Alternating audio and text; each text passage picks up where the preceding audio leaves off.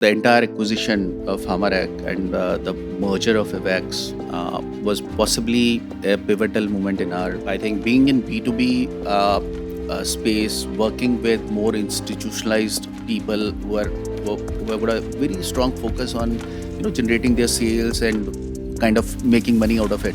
So their need perceptions are always, much more higher than the other people. So, I mean, you have got retailers who actually, are those pan and BD walas, also a lot of those in tier 3, tier 4 smaller cities actually selling that kind of stuff. So, where we possibly are doing 200,000 plus transactions in a day, orders in a day. So, we have got a reach of almost like 15,000 plus distributors and 200,000 plus retailers.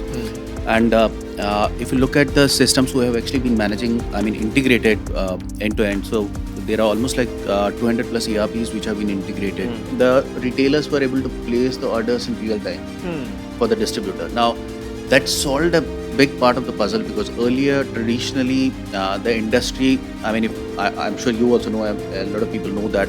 So it's mostly MRs and a lot of sales people who will call the retailer, ask him for orders, go to his shop, force him and ask him. I mean, our journey and the relationship with the AWS has been possibly, I guess, since 2013 or 2016, I guess 22, when we decided to move all our digital assets on AWS cloud. And there were reasons to do that because it was fragmented and there were different systems we were using. There were multiple points of failure.